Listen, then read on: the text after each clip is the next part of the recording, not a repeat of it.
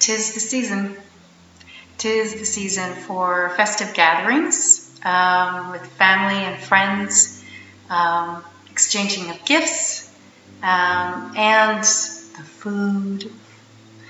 But for many of you out there, 'tis the season for loneliness and for suicide. The joy of the world is not there for many of you. And unfortunately, this is a season where we see a lot of suicide. Even in the last few years, within the church, the Christian church, leaders and pastors are choosing death over life, leaving behind their churches and their families and their children. We have scores of people so lonely and depressed at Christmas that they choose death. I want you to give me the next few minutes so that I can give you tomorrow. I sit where you sit. I have struggled all of my life with an issue that I don't talk about, and I don't write about it in my journals.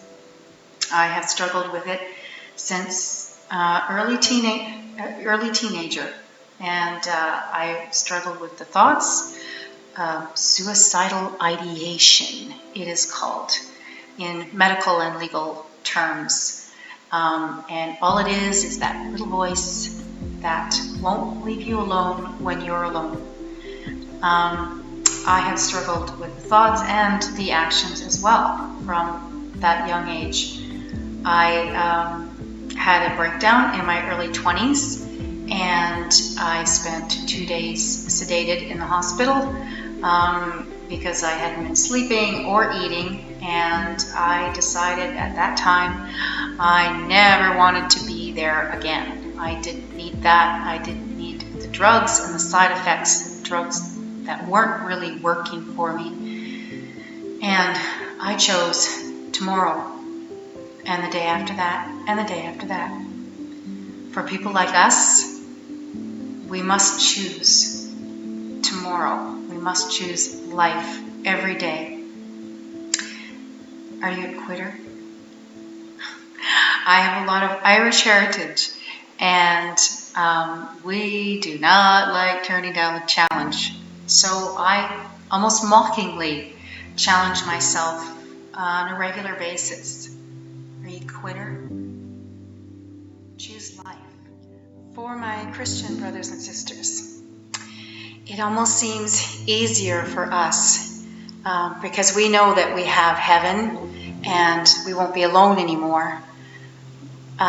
We think that it's not going to hurt us, it's not going to matter if we choose death over life.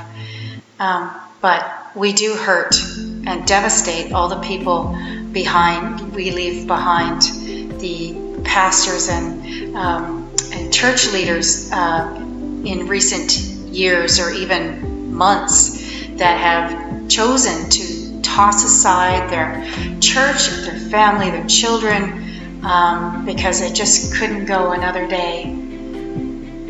You're standing before Jesus. What do you think he's going to think of you tossing aside the first gift that he ever gave you? Not the greatest gift, because he is the greatest gift, the reason for the season. But your life was the first gift that he gave you, and you've tossed it aside like it had no value. What do you think he'll think of that? Are you a quitter?